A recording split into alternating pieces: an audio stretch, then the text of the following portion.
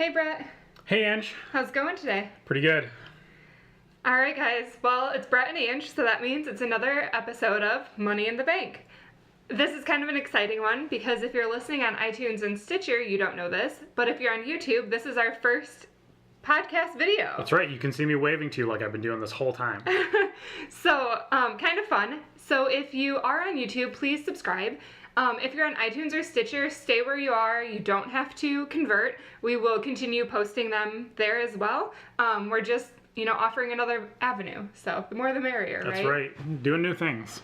All right, well, this week I wanted to talk about something that I know is kind of on our minds as we live in Michigan, and that's kind of getting ready for winter and having a fall savings checklist. That's right, it's getting really cold around here now, and, finally starting to get away those summer toys, and start getting out the snowmobiles and the snow blowers also, unfortunately. But you get to put the lawnmower away, which is a great thing for me because I'm sick of mowing the yard about this time of year.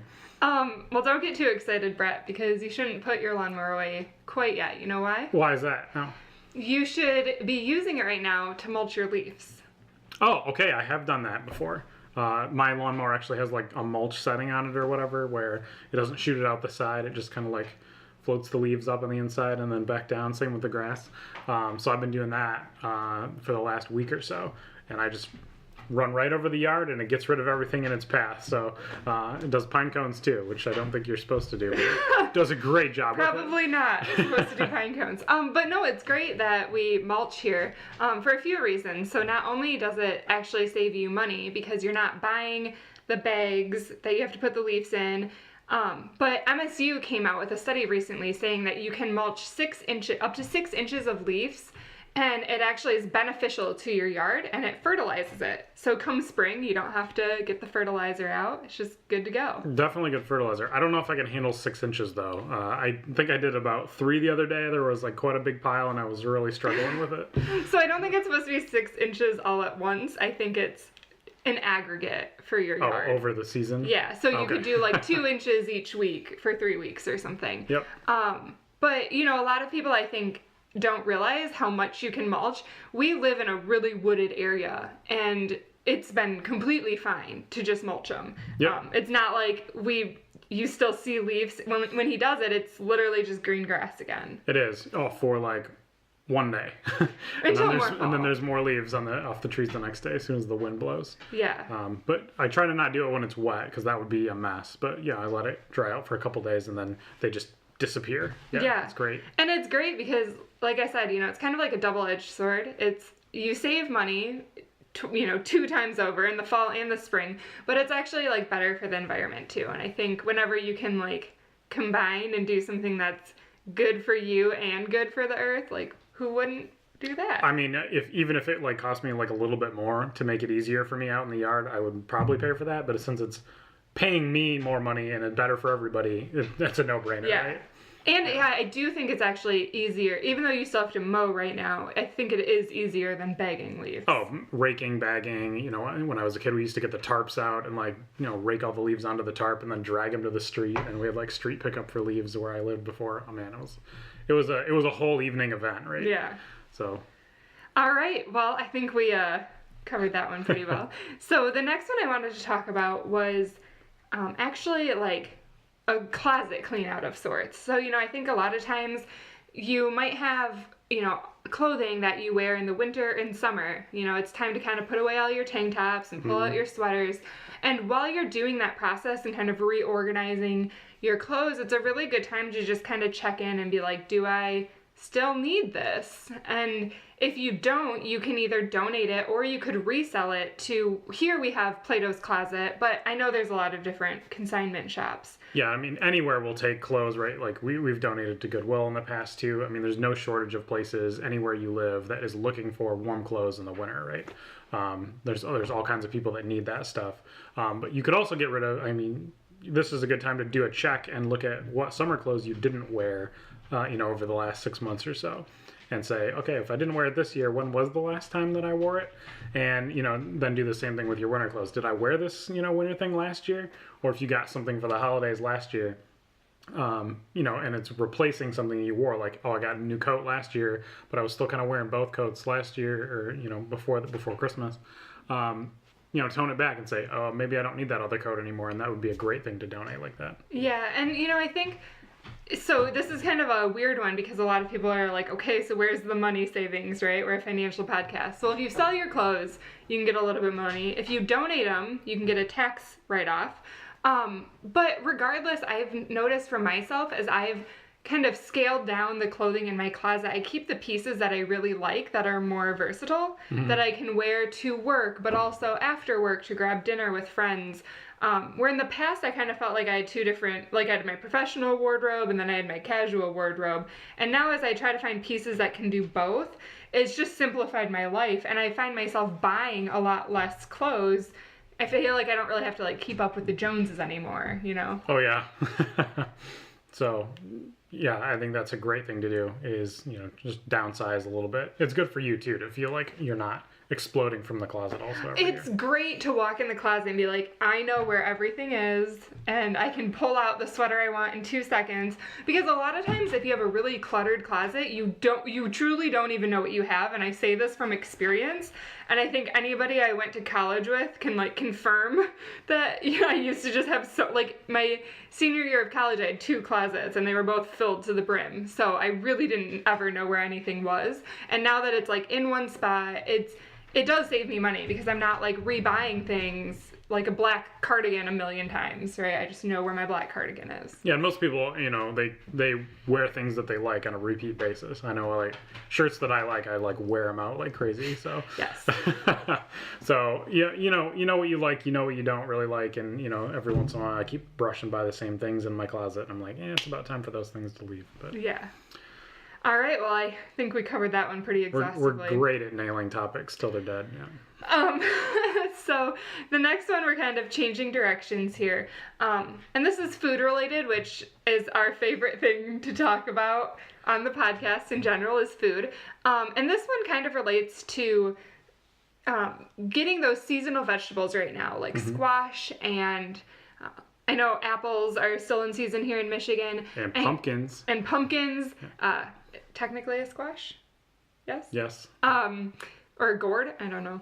Anyways, getting those vegetables while they're in season, and you can freeze them, or you can take the pumpkin seeds out and dry them, and really use them throughout the winter. So buy them while they're cheap, and then preserve them for the winter. And we are definitely big fans of doing that. Oh yeah, we get really excited about squash in the fall because that's not something you really see very much, even in the regular grocery stores throughout the year. Is like big butternut squash or acorn squashes, or now we find the delicata squash. We've been eating like crazy. It's been very inexpensive, and everything around that is so easy to do. Right, we just basically put salt and pepper on it, throw it in the oven with roll it in some olive oil, and just bake it for 20 minutes, and it's delicious. Well, in the butternut squash, we'll do the same thing, but then we top it with toasted pumpkin seeds, and it is literally my favorite meal right now. I'm trying to get everybody to eat it, and it's back to the financial side of things, I calculated it. It is 50 cents a serving right now, which is super cheap. I mean, that's cheaper than the dollar menu cheap. And that's when we eat at the same time. A lot of the times we have leftovers for lunch the next day. So then it's even cheaper. Yeah. No, and so, the more you can kind of do things like that, and I definitely think the food even tastes better and it's cheaper. So it's a win-win. So I just kind of want to run down the list of food that, we've been stocking up on to give some people ideas if you're interested in doing this to save some money on groceries. So like we mentioned, squash. Cabbage is another big one, and we actually just make sauerkraut with that most of the time. Mm-hmm. You can throw it in salads. We've made coleslaw before too, but sauerkraut always turns out the best. Yeah, sauerkraut's so good. And the nice thing with sauerkraut is, it's a natural fermentation process that it naturally preserves the cabbage for the whole winter without you just add salt and cabbage and let it go for a month on the counter and then pop it in your fridge, and it's good for, quite some time, and really good to add to soups. If you don't think you're a sauerkraut fan, I'd encourage you to try homemade sauerkraut because it is very different than what you get in the store. Yep. The next one, since I mentioned soup, I make my own bone broth. And you might wonder why you'd want to make your own broth. Well, not only do I think it tastes better, and there's less sodium in it, which is kind of nice, but it's much cheaper. Oh, it's super cost effective to make it because when you do make it, I mean, you make it from ideally a whole chicken, right? That you've cooked up and, taken all the meat off of, but then you just have the leftovers and you just throw those in a crock pot with some basically water, right? And then it turns into this huge cauldron of delicious, what would be very expensive for that amount of chicken broth, for nothing. And it tastes even better than in the store, I like for sure. Right. Yeah. And so when we make it, we take a chicken carcass that we've cooked up, and honestly, getting a whole chicken is the most cost-effective way to get chicken. And then, we toss it in, we fill it up with water and some celery and onions and a couple seasonings, all that. But, then it makes like 5 quarts, I think, or something crazy. And we just freeze it. It's that easy. So, yeah, definitely worth doing that, I'd say. Yeah. And even if, if you guys don't want to do it yourself, if you want me to do it and I'll charge you half of what you can buy for in the store, I'll be happy to do that and send it to you. There we go. It's that good of a deal, right? It's that big of a difference. So on a side note, that's a little tangential, but I've been making my own beef liver pills out of powder, and so the reason I'm doing this is that it's really high in B12, but nobody wants to eat liver. So we will also give you some beef liver pills with your bone broth to make this just super appetizing. Yeah, that's been extremely cost efficient for us because buying like any kind of supplement like that, you could be buying like turmeric is really popular or has been for the last couple of years. Right, different kinds of vitamins. They have their cycles of popularity and people go crazy on the bandwagon for supplements. But you had a physical need of increasing your B12 and that was a great source of it. So yeah, you got actual beef liver powder that was basically just dehydrated beef liver and decided to make your own pills. That's kind of the cheat way to do it. And then the other thing we're going to look at doing is actually getting beef liver from our farmer's market because it was the same price as getting it in the grocery store anyway. But it's coming directly from where we know the cows are coming from. And doing it like dehydrating it in like the oven because we don't have a big industrial dehydrator. Most people probably don't, but you can do it that way as well. Make your own powder and then put the powder in the pills, and the pills cost like nothing themselves. But if you were to buy that, it would be 10 times, 20 times the price at least. And I actually will report back on this because it's kind of a really interesting case study to me to see how much it costs to do it myself versus how much the pills cost and how much I get out of it. So. Yeah, I'll definitely keep you guys updated. I'm still early on in the stages, haven't quite dehydrated my beef yet. So. Yeah, I mean, but the whole process end to end is really not that much work. Right. Putting it in the pills, like we got like something that was like $3 online that was just like a pill filler, and you just pour the powder on the thing, and it just like fills the pills, and you're done. And it's actually really relaxing. I kind of compare it to like doing a Sudoku puzzle back when those were popular. Like it just was totally zen time for me. Never thought those were relaxing. I was like, stressed out by the numbers constantly. All right. Well, so we talked about soups, and then what is just like soup? Chili. Oh, I love chili any time of the year. Yeah, definitely. But I think of chili as like a fall and winter like comfort food because it's just like warm and. Yeah, when it starts getting cold, any kind of warm, just giant liquid, just pour it right into my mouth. So yeah, we've mentioned this company before, and I promise it is not sponsored. We just really like them, but it's Nutstop.com. It's always a tongue twister. But we get just dried beans on there and we cook them, we soak them and cook them ourselves and then we'll freeze them. And it is a lot cheaper than buying canned beans in the store. Even though canned beans are, quite cheap, this is even cheaper. And the nice thing, again, is you control how much salt and seasoning you add, which is great. Mm-hmm. And, we're not tied to them necessarily. That's the best deal that we have found. So if you guys know of anything that's even better than that, we're open to suggestions as well. So that's, we did our research. We looked at, where we could buy different things for price versus quality versus quantity. And, they came out as the one on top. For our comparison, but if you guys have some hidden gems, definitely we'll take opinions. We're gonna have to order you more peanuts soon, so you're fishing for a good bulk deal. Oh, I love peanuts. Oh man, how many peanuts did we order when we got them? 35 pounds, and it was about 8 months ago. and we are running low again. I mean, with trail mix, and we've made our own peanut butter several times, and we made peanut butter ice cream, I think, at one point. Yeah. And, there's just a lot of utility for peanuts, and sometimes I just eat them for a snack after lunch. Oh, luckily, we got them for 69 cents a pound, so I can't be too upset with you. Yep, way cheaper than, like, a jar of, like, Planters or whatever in the grocery store, for sure. And, again... I keep saying this, I don't dislike salt, but I like them not being salted because making our own peanut butter, I like just having the raw peanut to make our own butter, and then we can add maple syrup or cinnamon or whatever seasoning we want. I add a little bit of salt to the peanut butter. Well, we do add salt. I mean, even when we make bone broth or when we make beans, we add salt, but then we can control that, and we can add... a lot of times instead of salt, I personally like to use garlic salt because it's like... You get the best of both worlds. I don't know if I need that in my peanut butter. We'll do an experiment. We'll try it. We'll report back. All right. Well, I think we covered food pretty well. I know both of us could probably talk about food forever, but... All the time. If you want to do a podcast just about food, I'm your guy. Is there anything else you wanted to add about seasonal? I think...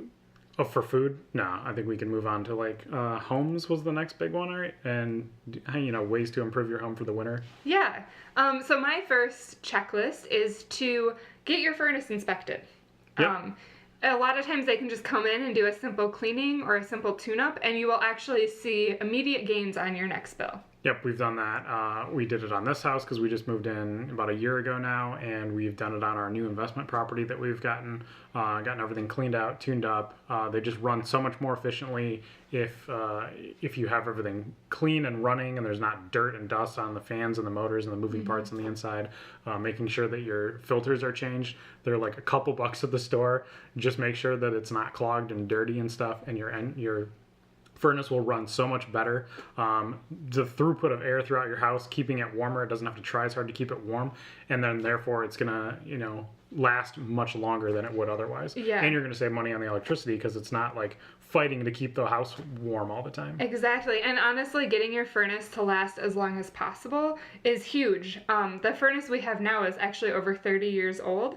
And in a time where you see some people replacing them at even 10 years, it's like if you can keep it clean and keep it running, you're saving thousands of dollars by not replacing it. Yeah, even for like a small furnace, just the furnace and the installation fee alone, it's like minimum like $3,000. You can go up over like $12,000 in some houses, right? So exactly. It's a big expense, and you want to put that off as long as you can and get as many miles out of your furnace as you can, and treat it no differently than a car, because some of those big furnaces are more expensive than like any pretty quality used car. Right. Half the price of a good brand new car. Well, and so to go along with efficiency tips in the winter, another thing you can do is if you have leaky windows, to put up that clear plastic. Oh yeah, that worked. The last house we were in had terrible leaky windows. Our bedroom felt like it was a meat locker. Right? Especially the closet. Yeah, the closet. What did we call that? The freezer. The freezer, yeah, basically. There was very little insulation in the walls, I think, in that house. The windows were terrible. You could just like stand up against the window and just like feel the cold air just like rushing in. So, it was bad. So that's why we really moved to this house. There's windows everywhere in this house. It's, how much older? Because that house was only 10 years old. Yeah, so that house was, built in 2003 or something, and our current house was built in 1986. But even though, there's a 20 years difference, the windows here are just really well insulated. And, we have windows everywhere in the house. But when we were buying this house, one of the things we wanted in our next house was better insulation, because I was sick of freezing all the time. And we wanted south-facing windows to really get that solar gain. And that's why I, suggest putting the plastic up over your windows instead of just shutting curtains or something. Because if you can leave it open during the day to get that sunlight, since we've been able to do that here, we've noticed that our bills from our old house, keeping it the same temperature, and actually I feel like this house is a warmer temperature, we've been saving 25 to 40% on our winter bills. Oh yeah, it's a huge difference. Like we notice it, like the furnace doesn't run as much, like the other one was running all the time. I was constantly cold in that house also all the time.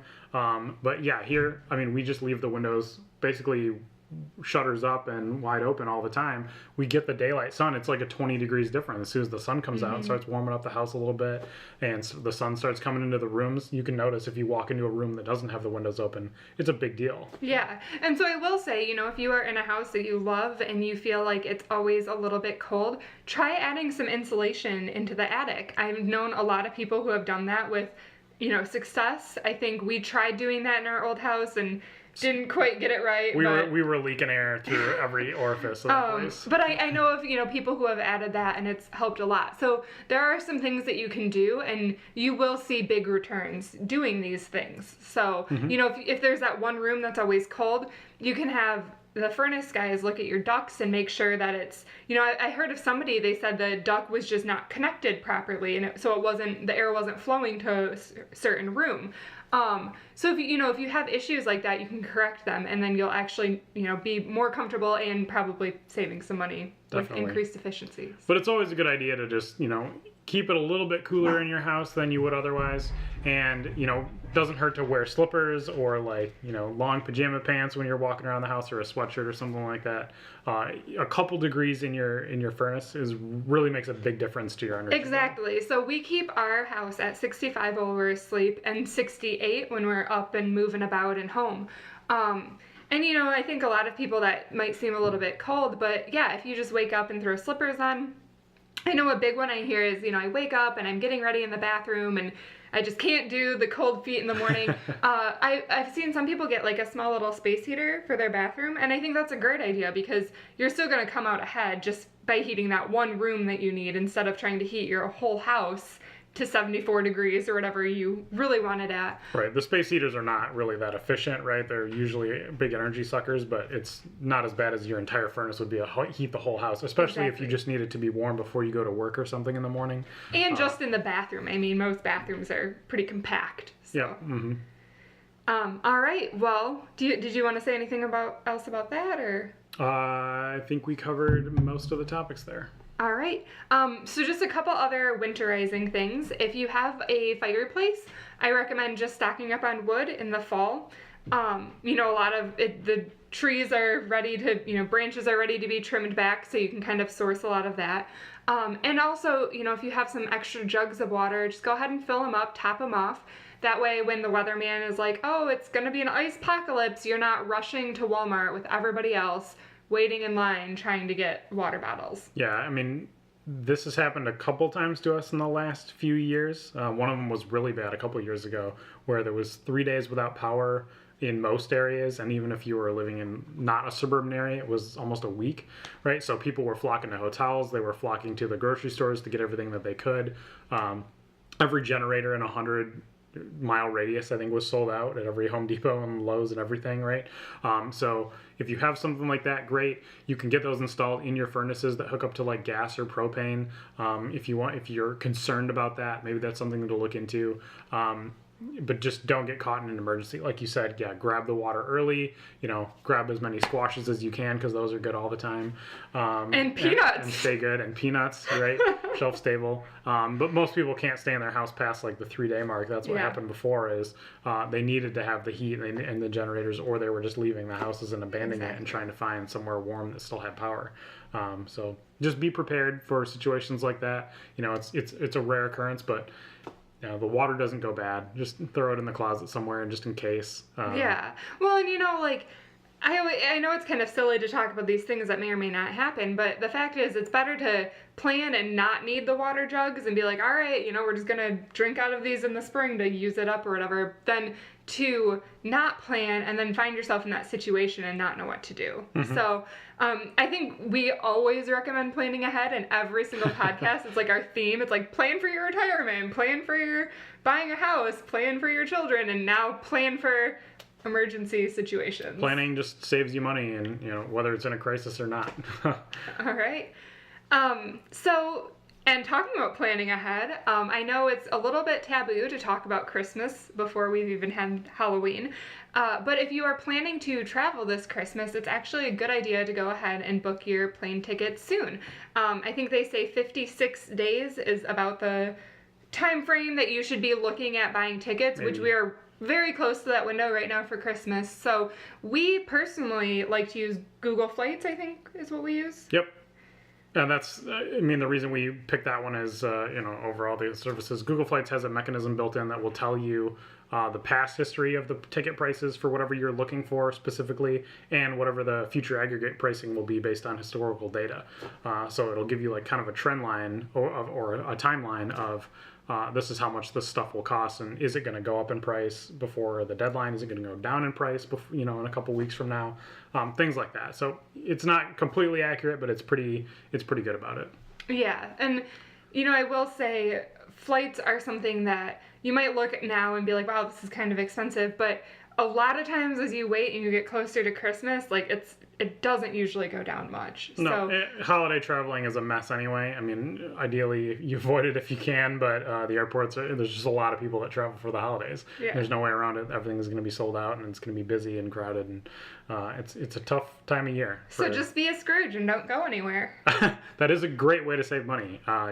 Cut back on your holiday spending for Christmas presents or traveling, and fall back on the excuse of, hey, I wanted to pay down this extra debt this year, or we're putting a little bit more toward the house, and we're cutting back in some other areas. I don't think anybody can really fault you for doing that. It's a good thing to do. It's very proactive for your life, and it's great for your future. So. And honestly, if somebody told me that, I'd be like, you just gave me the best gift, because it meant that you listened to my advice, and I would just invite you over for dinner, and we would have squash and beans and peanuts. So that sounds great, right? All right, well, I think we're pretty good here.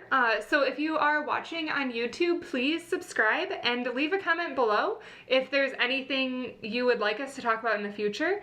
And if you're, our normal podcast base on Stitcher and iTunes, we appreciate you as well. That's right. Yeah. Feel free to leave a comment in any medium. You have our email address on the website from the podcast, or in the comments on the YouTube channel.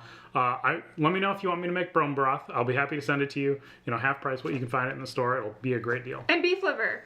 And beef liver pills. That's right. All right. Thanks for watching this week's episode of Money in the Bank.